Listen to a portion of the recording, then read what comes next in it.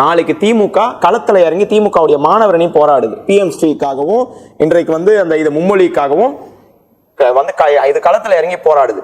காங்கிரஸ் எப்ப போராடும்? அவர் காங்கிரஸ் கேட்கிறாரு. PMC விஷயத்திலையும் சரி, அவர் சொல்லக்கூடிய இருமொழி கொள்கையிலையும் தமிழ்நாடு காங்கிரஸ் நாங்க தாவேக்காவும் சரி நீங்க 42 பேர் செத்து போனாங்க.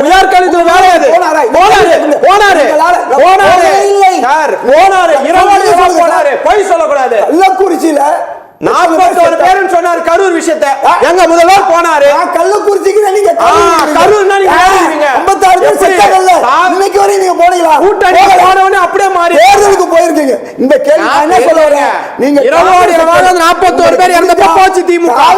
கேள்வி கேளுங்க. காங்கிரஸ் இந்த கேள்வி கேட்கும். உயர்கல்வித்துறை அமைச்சரோட வேலை அது.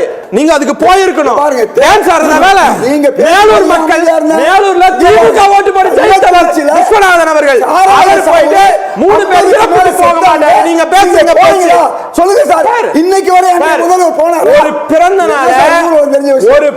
நாளை மாற்றி இருக்கிறார்.